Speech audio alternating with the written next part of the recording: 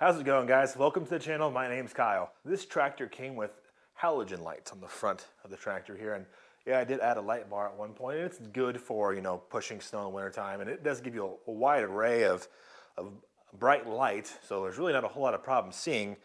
But in the summertime, bugs can be a problem, and having that light bar above your head does create some issues when it comes to bugs pestering you, which it doesn't seem like that big of a deal, but it's pretty bad. Go out on a summer night, at least here in Iowa, you turn that LED light on, it tracks every single bug within 3,000 miles of my house. So I've been wanting to do it for a while. This front of the tractor has these halogen bulbs, the H3 halogen bulbs that are put into a custom wiring harness basically for Mahindra. So it basically makes it impossible to be able to do a change out without a little bit of work. So I found these on Amazon. They're a nice little bulb. Got them a little closer. Shine, I believe is the brand here on Amazon. I could be wrong on how you say it. Got these on Amazon. I'll put links down below. Again, just keep in mind all the stuff I'm showing you guys in this video, or I'm gonna have Amazon affiliate links below. The links are something I'm getting paid a little commission off of because it's something Amazon and I work together on. And they pay a little bit out to me as part of getting them there and you guys buying the product, but it's of no expense to you guys, so don't worry about that. So anyways, these specific lights, it says it's 360 viewing angle for better overall light emission. It says last up to 30,000 hours, longer than this tractor is going to be around, and it's 300% brighter than an incandescent bulb. It says plug and play without modification. Not on this tractor because of the way it's set up. You can have that same blade connector. It's very low energy draw, and it comes with a 1-year hassle-free warranty. The new LEDs come with a blade connector on like you would usually see to plug into like a fog light or something. Unfortunately, due to the wiring harness in this thing, you can't use it.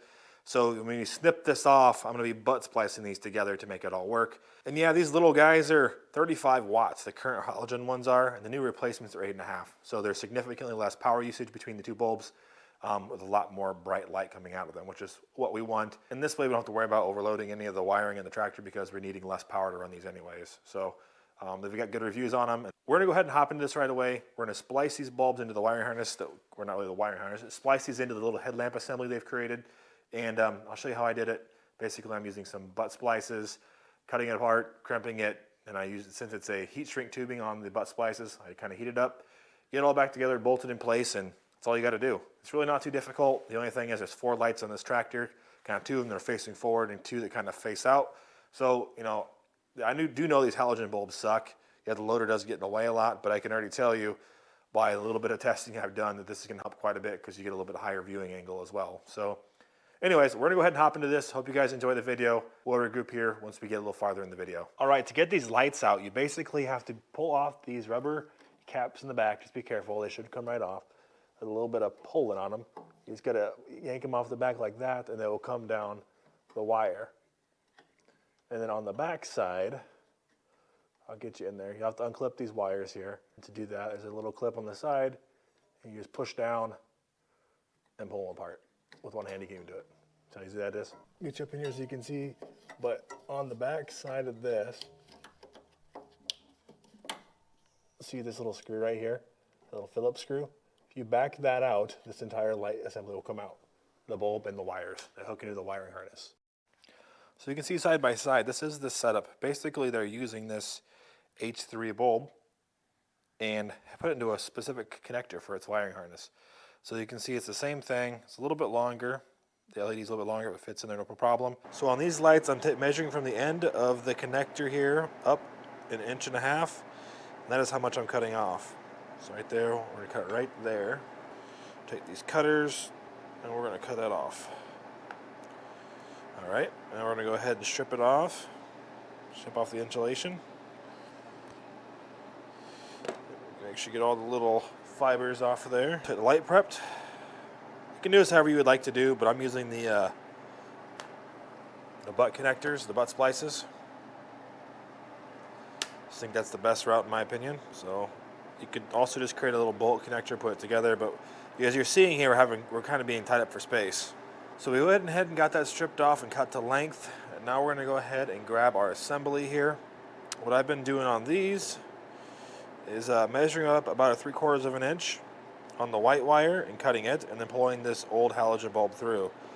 Basically what they did at Mahindra or whoever built these, is they took a generic H3 bulb and then they created their own little connector that wires into their specific wiring harness. So kind of sucks for us, but we can take advantage of it. You're going to notice when we're doing this, it's going to be kind of tight because we're using that butt connector. And we basically keep that splice as close to as we can down here without destroying something. Like I said, you could use little bolt connectors or something, but I'm going to use the butt splices because these bulbs are supposed to be good for 30,000 hours, which worst case is I buy a whole new assembly and redo it later if I have to. But I'm leaving enough meat there. If I have to redo it, I can do that as well. So measure up 3/4 of an inch. This is where I'm putting it. You can do this how you'd like, but this is what's working for me. So measure up 3/4 of an inch, marking it. Setting stuff down. Put my snips in there, and we're just gonna zip her off. And you can pull the old bulb out, just like that. Pretty simple. Pull your bulb out, and you got that there. I'm using the ones with heat shrink tubing on them. You guys don't have to do that. They are just a little skosh bit too long, so I've been trimming them off a little bit too. They're a little bit, I don't know if it's this kit I have, but they're just a little bit longer than I'm used to. They'll still heat shrink down there and create a good seal. So we're going to stick this into here. On this side, I grab my crimpers. Got that crimped into place. Do the same thing on this side. It'll fish it down through here. Fish that through there like that. Fix your wire up.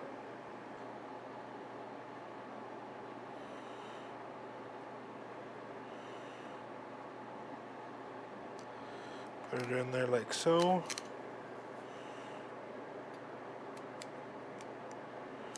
And give her a good old crimp.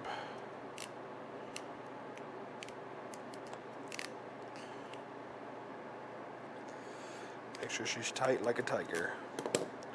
Give her a nice little tug, make sure she's tight, and we've got it done.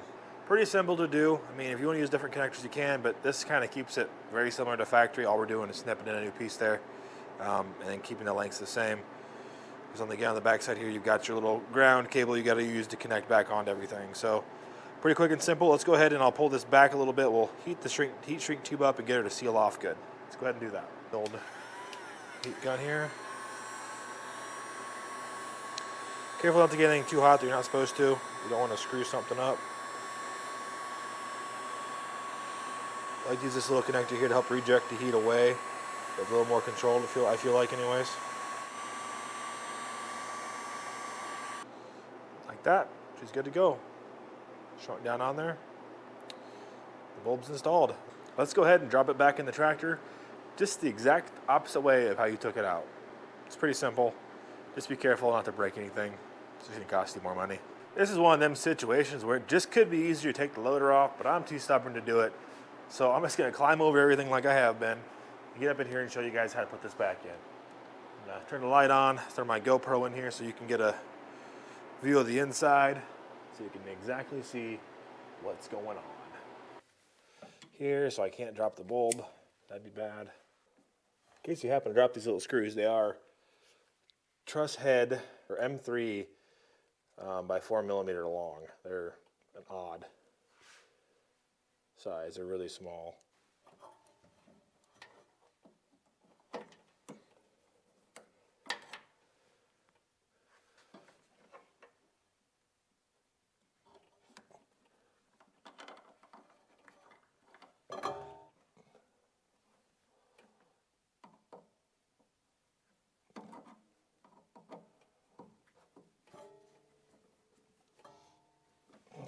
All right, it's in there.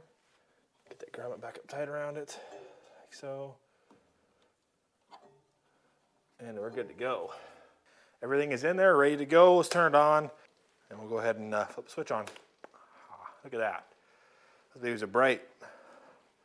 4 LEDs. Got some new LEDs on the old tractor here, looking good. I like it. One thing I do want to show you guys, so you don't be alarmed, it's just LEDs are a little more sensitive, but if you turn your key on and then turn your LEDs on right away, you're gonna notice they're gonna flicker a little bit. I don't know if that's gonna show up on the video or not, but as soon as the glow plug shut off, it stops doing it. LEDs are just a little sensitive to voltage fluctuations, and apparently, obviously, when the battery's when the tractor's off and there's no juice being created, that draw from the glow plugs is causing a little bit of fluctuation there, but it's fine after that, and it looks like everything is just a-okay, which is what we like to see. Because if you don't do it, then everything works fine when it's running. So that's the LED lights here on the old Mahindra Max 26 XLT. We're gonna go outside here when it gets dark. We'll do a little bit of testing on it, see what they look like, and I'll give you guys an update. I don't know how well this is gonna show up on camera, but let's go ahead and turn them on here. Well, it's hard to see, but it's a lot brighter on in person than it is on the camera.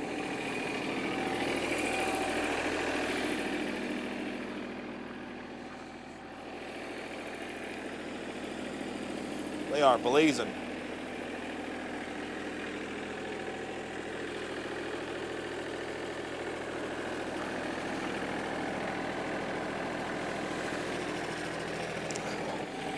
Now, obviously, we add a little bit of light bar to this. It's going to be really bright, but you know, that's again, it's still projecting out farther than that. You can see it makes a difference out there in the distance. So,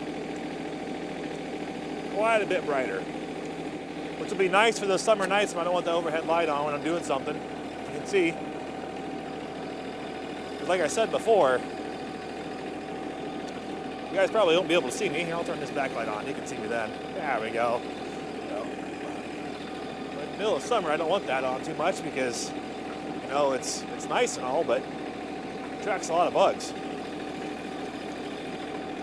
So this is going to be good.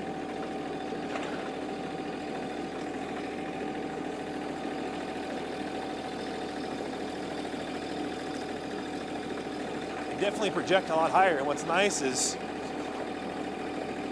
before, if I picked up the loader at all, it would block all the light. It's projecting out above it and I can still see.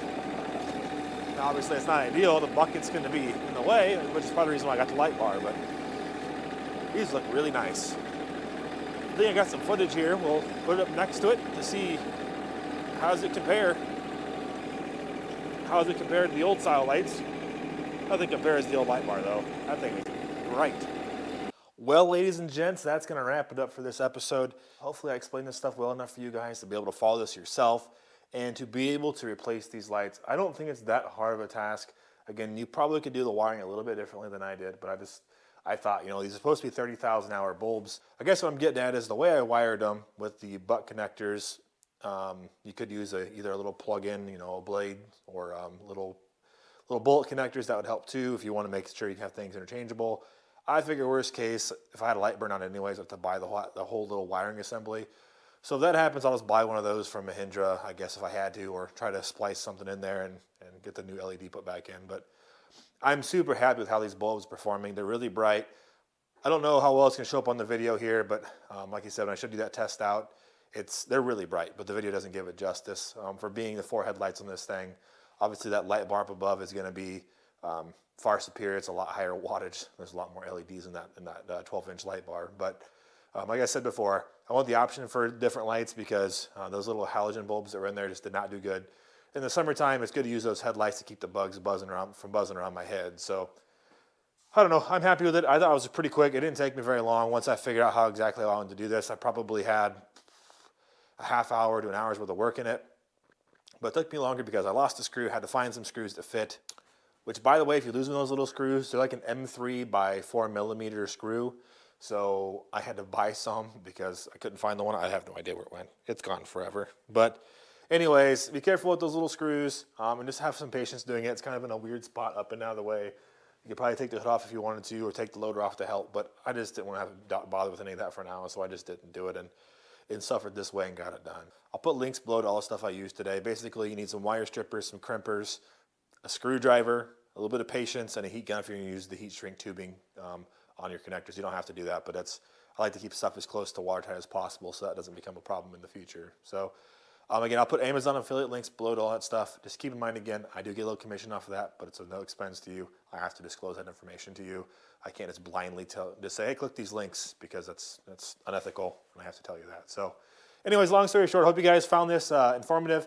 I would do it again in a heartbeat. It was well worth the money. I think the bulbs are like $17 a set, so $34 for the bulbs. And then if you have the butt connectors, you don't have to pay anything for those, but I bought a set for like $16. So a little bit of time and effort, and I think it's well worth it. They look really cool, and they're super bright. If you guys like tractor content, any DIY stuff, outdoor projects, and product reviews, I'd encourage you to hit that subscribe button. And if you would like to, hit that little bell next to it and make it turn gray. It'll give you notifications when I post videos, so you can check them out right away or look at them in the future. Give me a thumbs up if you guys liked the video, and if you didn't, give me a thumbs down, that's fine, but I would appreciate some feedback on how I can make this stuff better, because ultimately the goal of this channel is so I can learn some of this stuff the hard way so you don't have to, and you guys can maybe improve your purchasing and buying decisions in the end. Thanks again for stopping in. My name is Kyle. Take care, and I'll catch you in the next one. We'll see ya.